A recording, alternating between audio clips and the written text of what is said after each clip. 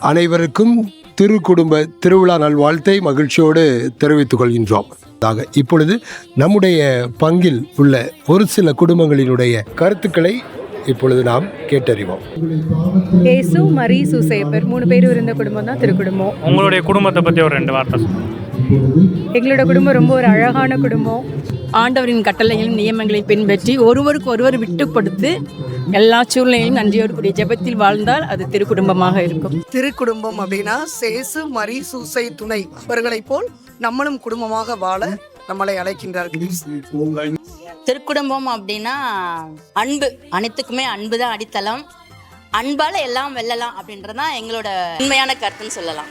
திருக்குடும்ப திருவிழான்னா நாங்க குடும்பமா எல்லாரும் சேர்ந்து இருக்கிறது, குடும்பமா சேர்ந்து மாசுக்கு வந்துருக்கோம். சேர்ந்து நம்ம விட்டு கொடுத்து வந்து அந்த பூசை அட்டன் பண்ணும் போது நமக்கு இருக்கிற மகிழ்ச்சி வந்து நிறைவானது. நம்ம ஒரு கிறிஸ்தவ குடும்பம். ஸோ அன்னைக்காவது நம்ம அவங்கள மாதிரி இருக்கலாம். ஒரு அன்புக்கு ரொம்ப முக்கியத்துவம் கொடுத்து நம்ம வாழ்றதுக்கு நம்ம அதை பார்த்து நம்ம நல்ல அன்போட இருக்கணும் அப்படிங்கிறது.